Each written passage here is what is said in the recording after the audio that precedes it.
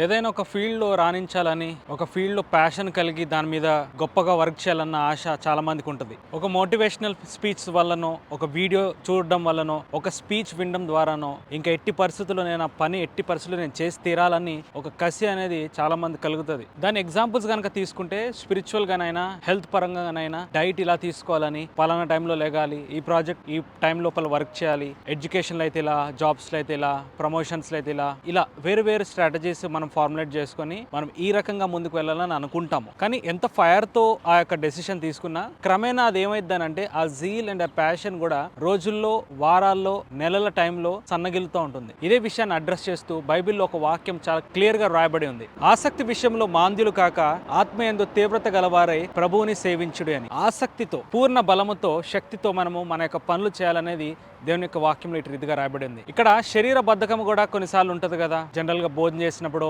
లేదంటే స్టాగ్నెన్సీ లైఫ్ కి అలవాటు పడినప్పుడు ఆటోమేటిక్ గా బద్ధకం అనేది జీవితంలో అలవాటు అయిపోద్ది. కానీ మందు తాగే వారికైతే డైరెక్ట్ గా మాంద్యులు అయిపోతారు. ఎందుకంటే వాళ్ళు తాగంగానే వాళ్ళకి మత్తు వచ్చేస్తుంది. కాబట్టి వాక్యం దాన్ని వ్యతిరేకిస్తుంది అనేది ప్రతి ఒక్కరు తెలుసుకోవాలి, ఎవరైతే మద్యం సేవిస్తున్నారో. చాలా మందిని వెంటాడి వేధించే ఒక విషయం ఏంటంటే ఎన్నో చేద్దామని అనుకుంటారు కానీ అన్ని వారి వల్ల కావు. ఎందుకనంటే అడ్డు వచ్చేది ఏంటనంటే ఆ యొక్క మత్తు, ఆ మందత్వము, ఆ యొక్క బద్ధకము లాంటి శరీరము, సహకరించలేనటువంటి ఆ యొక్క మనసు. ఇక్కడ దాన్ని అడ్రస్ చేస్తూ బిబ్లికల్ గా కనుక మనం చూస్తే ఫాస్టింగ్ ప్రేయర్స్ అనేవి ఎంతో మనకి హెల్ప్ చేస్తాయి. మీరు ట్రాక్ చేయండి మీ యొక్క లేజినెస్ అనేది ఎప్పుడు స్టార్ట్ అవుతుంది. టైం, ప్లేస్, సిచ్యువేషన్, దాన్ని వారాల్లో, నెలల్లో ట్రాక్ చేస్తుంటే మీకు తెలుస్తుంది. దాన్ని ఫాస్టింగ్ ప్రేయర్స్తో ఫిక్స్ చేస్తే అదెంతో మీకు మేలు చేస్తుంది. మీరు ఆ మంట, ఆ ఫ్లేమింగ్ నేచర్, ఆ ఫైర్ అనేది ఎప్పుడు మీలో నుంచి తొలగిపోకూడదు. కానీ ఎల్లప్పుడూ మీరు వెలుగుతూ, షైన్ అవుతూ, ప్రకాశిస్తూ ఉండాలనేది దేవుని యొక్క చిత్తం. అందుకే ఆసక్తి అనేది విడిచిపెట్టొద్దు అనేది